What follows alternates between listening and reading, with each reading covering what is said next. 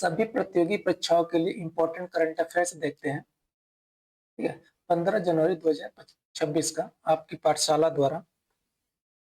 इसका पहला प्रश्न है 14 जनवरी 2026 को, कब है 14 जनवरी 2026 को पूरे भारत में मकर संक्रांति का त्योहार मनाया गया। इस त्योहार को गुजरात में मुख्य रूप से किस नाम से जाना जाता है? ए पोंगल के नाम से, बी उत्तरायण के नाम से, सी माघ बिहू के नाम से, या डी लोहड़ी के नाम से। तो गुजरात में जाना जाता है उत्तरायण के नाम से। गुजरात में मकर संक्रांति को क्या उत्तरायण के रूप में मनाया जाता है, जहां अंतर्राष्ट्रीय पतंग महोत्सव का आयोजन भी किया जाता है। अगला प्रश्न है भारतीय थल सेना यानी कि इंडियन आर्मी, ठीक है, 15 जनवरी को अपना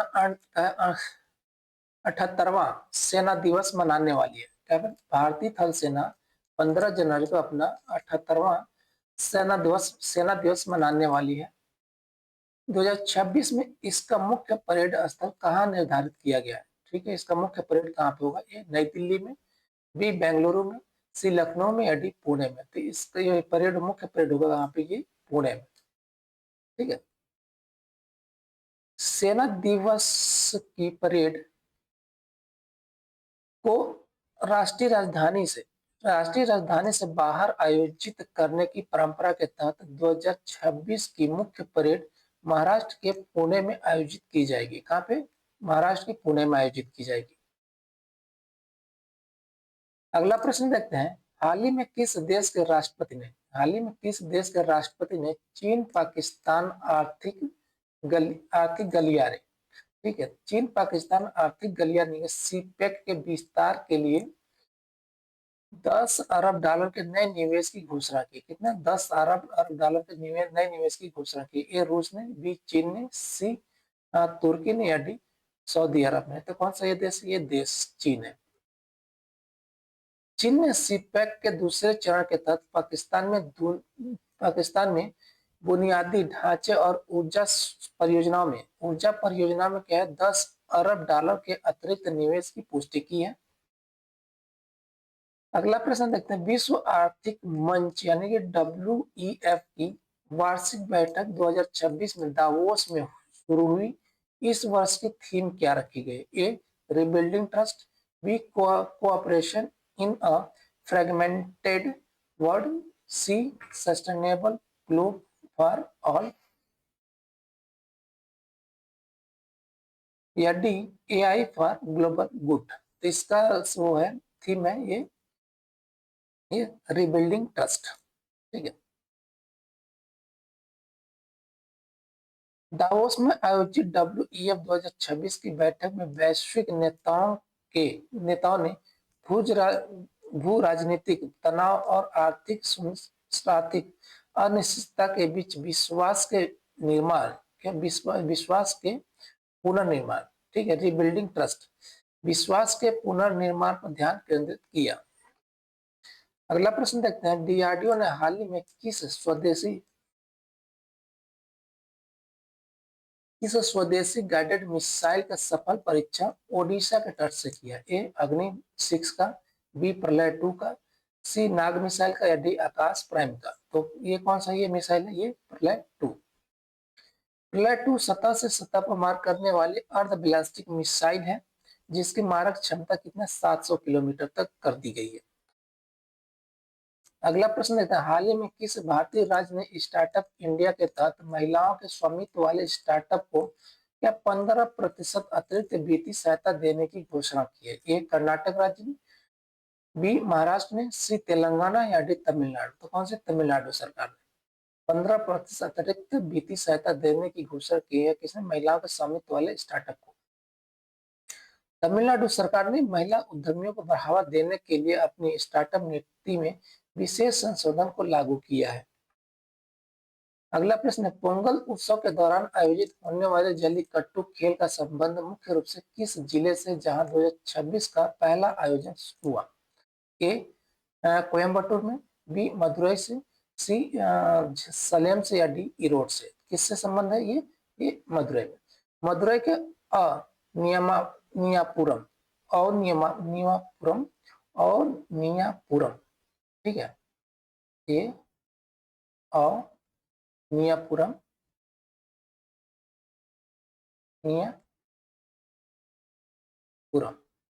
ठीक है। और पलमेडु में जल्लीकट्टू का भव्य आयोजन शुरू हुआ, जिसमें सांडों को बस में करने वाले युवाओं ने भाग लिया, जिसमें सांडों को बस में करने वाले युवाओं ने भाग लिया। अगला प्रश्न देखते हैं, हाल ही में खबरों में रहा टाइटन, जो सौर मंडल का दूसरा सबसे बड़ा चंद्रमा है, पर नासा ने किस मिशन के अगले चरण की घोषणा की? ए वाइपर की, बी ड्रैगन फ्लाई की, सी आर्टेमिस की, या डी लूसी की? तो इसका ही नाम है ये ड्रैगन फ्लाई, ठीक है। इस मिशन का नाम है ड्रैगन फ्लाई। नासा का ड्रैगन फ्लाई मिशन एक रोटर क्राफ्ट है जो शनि के चंद्रमा टाइटन की सतह पर जीवन के संकेतों की खोज करेगा। अगला प्रश्न देखते हैं, global fire power index, global fire power index में भारत की सैन्य शक्ति को किस स्थान पर रखा गया? ए दूसरे, बी तीसरे, सी चौथे, या डी पांचवे? तो भारत की शक्ति को रखा गया, सैन्य शक्ति को चौथे स्थान पर रखा है। भारत ने अपनी सैन्य शक्ति और आधुनिकीकरण के कारण दुनिया की चौथी सबसे शक्तिशाली सेना होने का स्थान बरकरार रखा है। पहले पे अमेरिका, दूसरे पे रूस और तीसरे पे चीन है, चौथे पे भारत।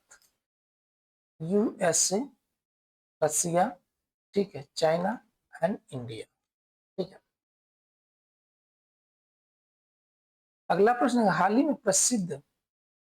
किस प्रसिद्ध भारतीय शास्त्रीय नृत्यांगना को नृत्य शिरोमणि पुरस्कार 2026 से सम्मानित किया गया है? ए सोनल मानसिंह को, बी अपर्णा सतीशन को, सी मल्लिका साराभाई को, या डी शोभना नारायण को?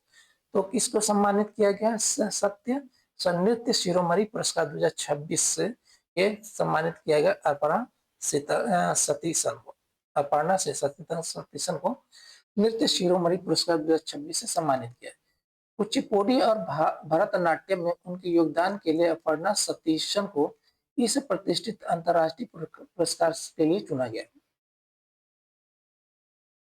अगला प्रश्न देखते हैं, अमृत भारत स्टेशन योजना के तहत हाल ही में किस राज्य के अयोध्या धाम स्टेशन को पूरी तरह से सौर ऊर्जा संचालित बनाने की घोषणा की गई? ए मध्य प्रदेश, बी उत्तर प्रदेश, सी बिहार, या डी राजस्थान? तो ये कहाँ पे अयोध्या धाम? ये अयोध्या धाम है उत्तर प्रदेश। अयोध्या धाम स्टेशन कहाँ पे? उत्तर प्रदेश।